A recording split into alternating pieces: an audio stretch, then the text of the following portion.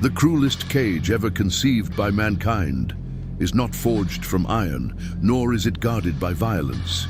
The ultimate prison is the one lined with velvet, bathed in a gentle light, and offered as salvation. When a ruler absolute seals the doors to the void, the masses prepare for the executioner's blade. They brace for the crushing weight of the dark. But what happens when the tyrant realizes that fear is a fragile, exhausting tether? What happens when he decides that the most unbreakable chains are forged not from terror, but from absolute, suffocating gratitude? Observe the birth of a counterfeit heaven. Witness the tragedy of a people given everything they ever prayed for, only to realize the God who feeds them is slowly losing his mind. Following the catastrophic sealing of the hangar bulkheads, a terrifying, breathless silence gripped the lower decks.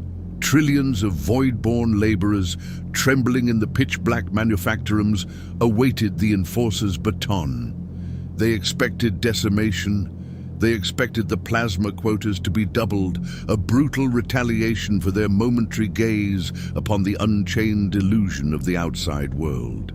Instead, a miracle cascaded from the gilded heights of the command spire.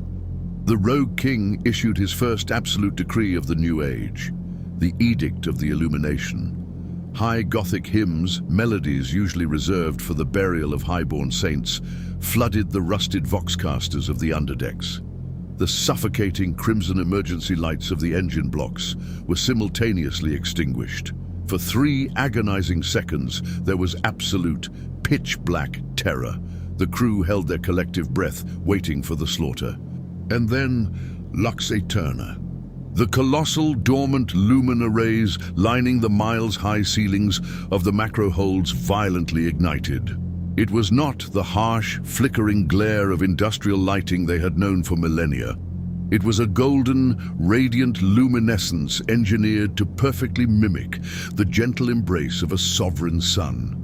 The light bathed the scarred, translucent skin of the workers. It chased the ancient shadows from corners of the ship that had not seen brightness since the vessel's baptism. The king did not send executioners into the light. He sent the architects of paradise. He commanded the tech priesthood, masters of macro cannons and void shields, to perform a sacred, impossible heresy. They were ordered to dismantle the engines of war and forge a synthetic Eden. Observe the breathtaking, tragic beauty of this transformation. Immense atmospheric scrubbers, heavily recalibrated, unleashed a gentle, synthetic monsoon. A warm, purified rain fell upon the rusted decks, washing away 10,000 years of dried blood, machine oil and metallic ash. The brutal, back-breaking Prometheum quotas were officially abolished.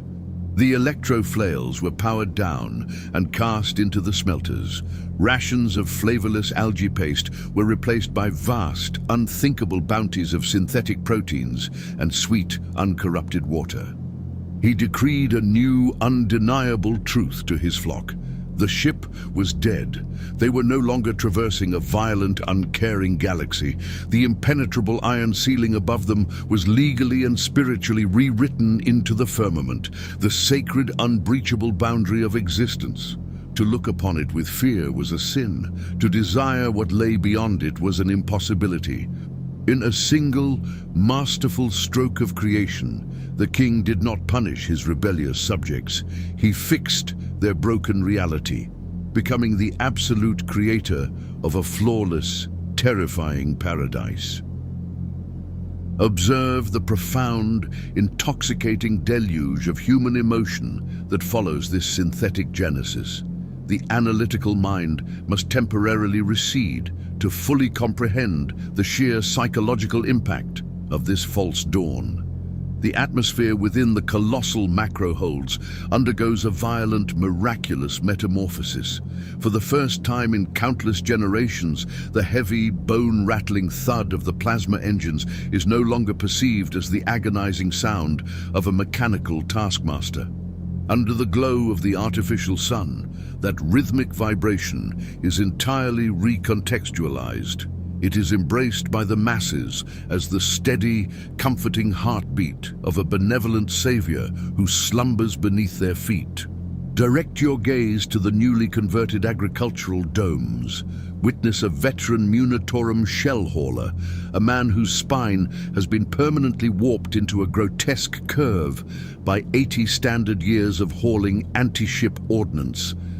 As he steps across the threshold from the rusted iron corridors into the warm, illuminated sanctuary, he does not simply walk, he collapses. He falls to his knees, reaching out with trembling, grease-stained fingers to touch the damp synthetic grass. He weeps with a violent, agonizing relief that threatens to shatter his ribcage. He presses his face into the artificial soil, inhaling the chemically engineered scent of rain, as if taking his very first breath. Beside him, a generation of void-born children, fragile, pale creatures born in the absolute crushing dark of the lower thermal vents, stare up at the vast hololithic firmament. They do not possess the vocabulary to describe a sky or a sun. They simply gaze into the blinding, warm luminescence with a silent religious ecstasy. To them, the rogue king is not a distant political figure or an aristocratic warlord. He is the literal, undeniable bringer of light. He is the architect of a tangible heaven. To fully grasp this metamorphosis, look at how the inhabitants instinctively rewrite their own history. The generations of crushing misery, the ancestors who died screaming in the toxic exhaust vents, are no longer remembered as victims of a cruel, aristocratic regime. In the warm glow of the artificial sun, those fallen ancestors are suddenly canonized as holy martyrs. Their immense suffering is retroactively justified as the necessary tribulation required to reach this promised land. The king is completely absolved of his past atrocities by the very people he tortured, because a mind bathed in absolute sudden comfort will desperately erase any memory that threatens its newfound paradise. They do not merely forgive him, they sanctify him, turning the architect of their prior hell into the undisputed deity of their current heaven. This is not the fragile obedience born of fear and the electroflail. This is the violent, unstoppable birth of fanatical love. The socio-political structure of the ship fundamentally rewrites itself overnight. The brutal enforcers, once feared as the merciless angels of death who demanded blood for the quotas, are repurposed. Clad in polished ceremonial armor, they become the guardians of the light, distributing vast bounties of synthetic proteins and purified water with solemn, priestly grace. The inhabitants look out at the towering adamantium bulkheads that seal them away from the stars, and they no longer see a cage. They see the impenetrable holy walls of a divine world, protecting them from a terrifying chaotic void that, as far as they are concerned, has entirely ceased to exist. They are well fed, they are warm, and they are blissfully ignorant. They believe, for the first time in their miserable genetic history, that they have finally achieved absolute freedom. However, as the golden light of the counterfeit sun stabilizes, a cold, clinical eye must pierce the velvet veil and analyze the fundamental rot festering within this paradise. The paradox of the counterfeit cosmos now begins to manifest with absolute, suffocating precision. We must acknowledge a devastating, unavoidable truth. True freedom and true humanity fundamentally requires the existence of the unpredictable, the unscripted, and the uncontrolled. By granting his subjects a flawlessly curated existence, the king has inadvertently stripped them of their last vital vestiges of the human spirit. Observe the total centralization of their reality. Because the king has successfully eliminated every source of suffering, he now owns every single sensory input. He does not merely rule the population, he governs the physics of their world. He dictates the exact velocity of the synthetic wind. He schedules the precise duration of the artificial rain. He even curates the collective dreams of the populace through the meticulous adjustment of trace chemicals within their water supply. The reality within the hull has become a sealed, perfectly closed-loop system of his own design. In this immaculate world, absolutely nothing occurs by chance. There is no natural disaster to overcome. There is no genuine conflict to navigate. Because there is no struggle, there is no resilience. Because there is no unknown, there is no authentic growth. The millions of souls dwelling beneath the hololithic sky are no longer a society of human beings. They have been successfully reduced to a colossal, well-tended terrarium of biological pets. Consider the chilling silence that accompanies such flawless predictability. In a true organic ecosystem, the rustle of leaves or the shift of the wind is a dialogue between chaotic, independent forces. But in the king's counterfeit cosmos, every gust of air is merely a mathematical algorithm executing its code. When a ruler knows exactly how many drops of rain will fall, precisely when the synthetic birds will sing, and flawlessly predicts the exact tenor of his subjects' prayers, the universe shrinks into a suffocating, predetermined script. The sheer weight of this absolute predictability begins to press against the boundaries of sanity.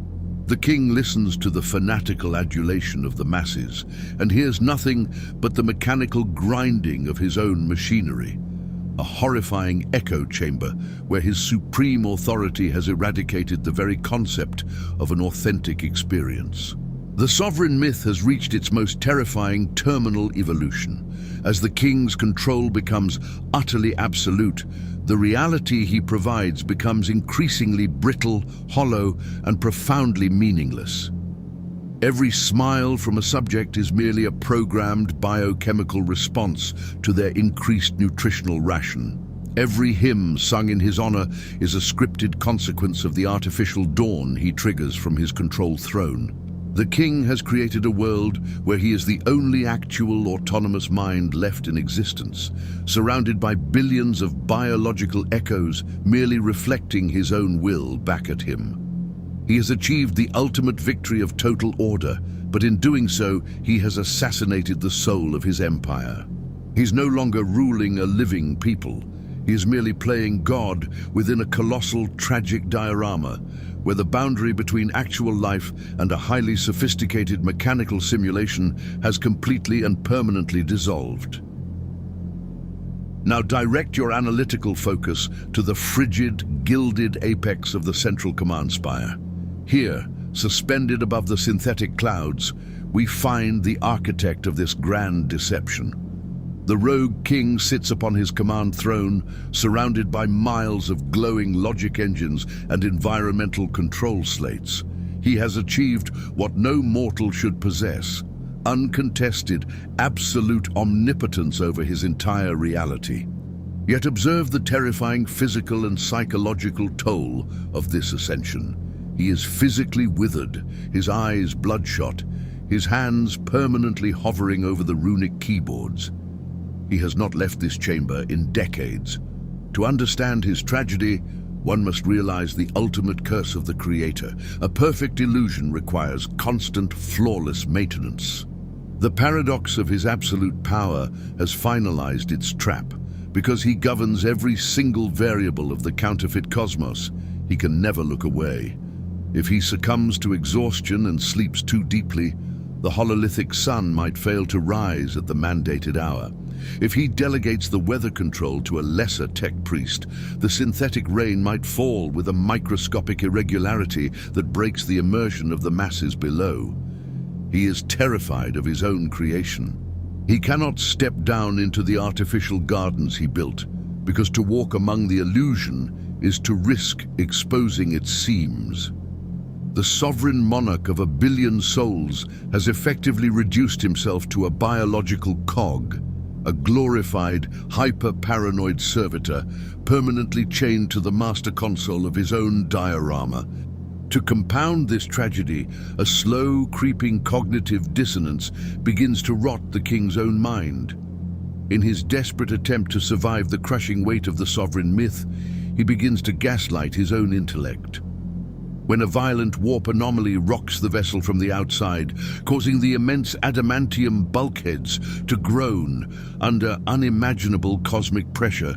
He refuses to read the telemetry as a void hazard. Instead, he furiously punches commands into the logic engines, desperately convincing himself that the ship's trembling is merely a manifestation of the divine wrath he scheduled for the afternoon. He intentionally deletes the ancient navigational archives, systematically purging the coordinates of Terra, the history of the Imperium, and the very existence of the stars from his personal databanks. He chooses to amputate his own knowledge of the universe because holding the objective truth is far too agonizing. He is not just the warden of this colossal asylum, he has become its most hopelessly deluded patient. Furthermore, we must dissect the agonizing solipsism of his existence. The king sought absolute control to banish the unpredictability of the void, but in doing so, he banished life itself. When every political decree is met with programmed adulation, when every weather pattern is the result of his own keystrokes, and when the very faith of his people is artificially engineered, he is entirely, suffocatingly alone. There is no longer any other in his universe. When he speaks to his subjects through the ship-wide vox, he is essentially talking to a mirror. The profound silence of the cosmos presses against the hull, but the silence inside his own mind is infinitely worse. He is a prisoner locked within a solitary confinement cell of his own omnipotence, slowly going mad from the endless mechanical echoing of his own absolute will. However, the fundamental laws of the grim darkness of the far future cannot be legislated away by an arrogant aristocrat. The ultimate enemy of the counterfeit cosmos is not a hostile alien fleet or an Inquisition strike force. It is the inescapable law of entropy.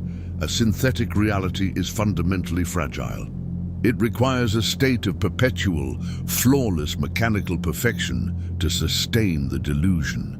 And in a decaying 10,000-year-old imperial voidship, mechanical perfection is a mathematical impossibility. The great machine is vast, and eventually the rusted gears will inevitably catch. Observe the anatomy of the collapse. It does not begin with an explosion. It begins with a systemic glitch. Deep within the suffocating catacombs of the primary plasma relays, a single ancient coolant pipe finally ruptures after millennia of continuous strain.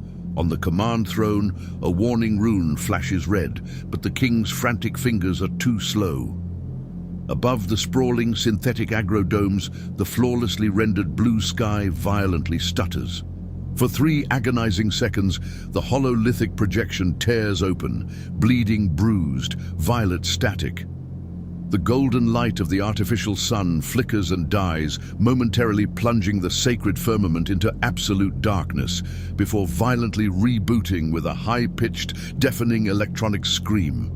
Observe the exact moment the theological foundation of this society completely vaporizes. The guardians of the light, the repurposed enforcers clad in their polished ceremonial armor, suddenly find themselves standing in the suffocating dark, their golden halberds casting long, sinister shadows as the emergency crimson lumen strips violently engage. The soothing, omnipresent hymns of the cathedral voxcasters are abruptly cut off, replaced by the mechanical, soulless drone of automated damage control sirens. The synthetic rain, previously a warm, purified blessing, is instantly tainted by the ruptured coolant lines. It falls upon the desperate masses as a freezing, toxic chemical sludge that blisters their translucent skin. The divine sanctuary is instantaneously exposed as an industrial meat grinder. There is no theological framework to explain this horror.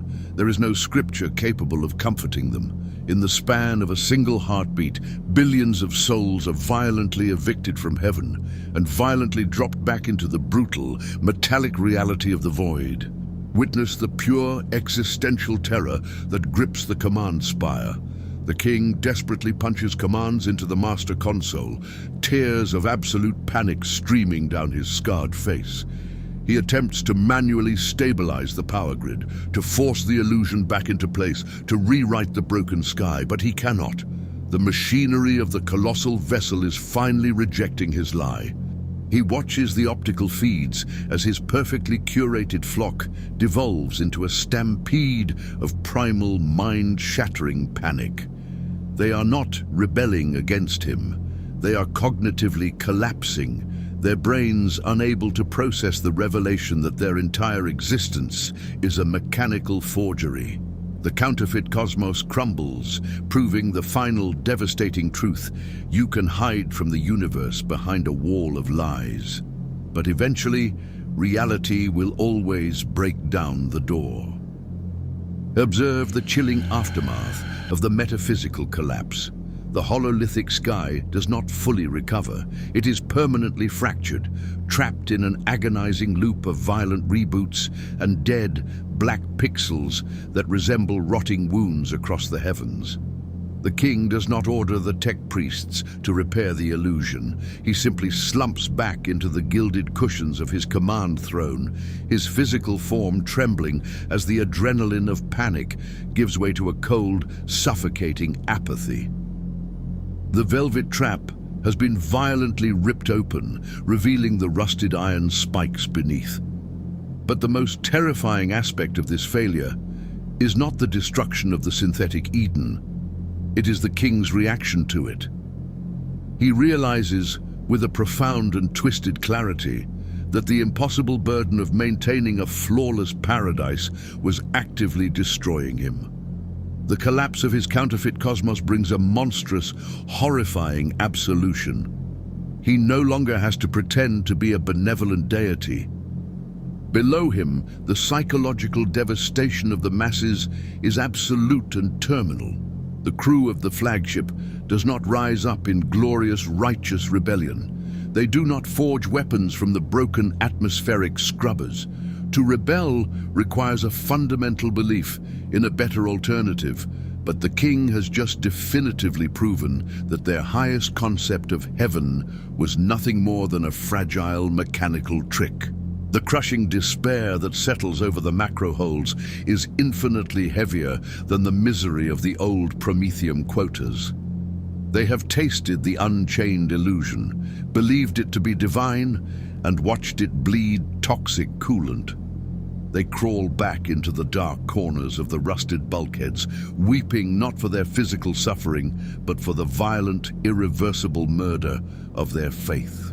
They are now acutely aware that they are trapped inside a colossal dying machine, and the psychological weight of that truth snaps their collective sanity in half.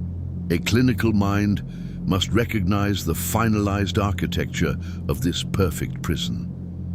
The Rogue King has succeeded in building a labyrinth from which there is absolutely no escape, because the concept of an exit no longer exists in the minds of the captives.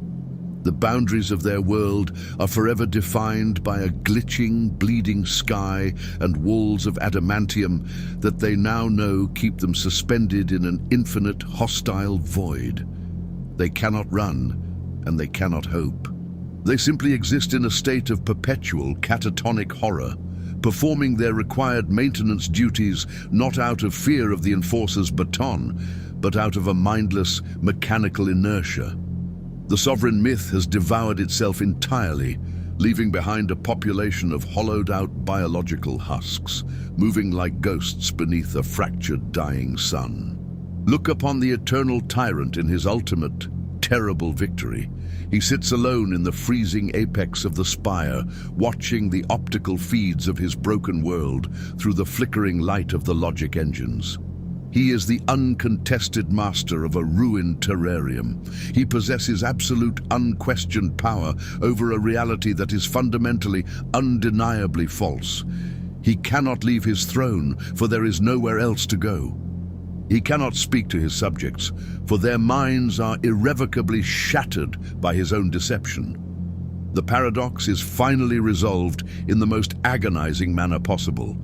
In his desperate quest to conquer the universe and bend reality to his absolute will, the king has successfully transformed himself into the loneliest, most pathetic prisoner in the galaxy. He is the sovereign warden of a graveyard, eternally locking himself inside the tomb. When the supreme authority of a monarch is used to overwrite objective truth, the resulting reality is not a kingdom. It is a mass psychosis.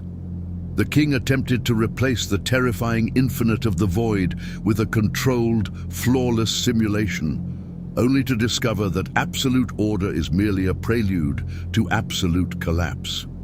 A golden cage is still a cage, and reality will always eventually bleed through the cracks of the illusion. Archive your observations of this systemic failure in the data vaults below. If your cognitive wards remain intact and your perception of reality has not yet been compromised by the sovereign myth, synchronize your Vox arrays to this frequency. Leave your philosophical trace in the archives to prove your autonomy is still anchored in objective truth. The great machine is vast, and a mind untethered is easily lost in the dark. The king has accepted his broken world. He sits upon a throne of rusted logic engines, ruling over a population of shattered minds within a perfectly sealed adamantium shell. He believes he has successfully locked the indifferent universe out. He believes his labyrinth is entirely invisible to the stars. But consider the ultimate, terrifying cosmic consequence of billions of souls suffering in absolute, concentrated isolation. The physical blast doors are sealed, but the psychic resonance of a billion fractured minds does not simply vanish. It echoes into the warp. If the biological reality is too agonizing to endure, and the environment is entirely composed of cold, unfeeling iron, what happens when the tyrant decides that the only way to achieve true permanence is to systematically carve away the fragile, weeping flesh of his subjects and replace it with the holy, unfeeling certainty of the machine?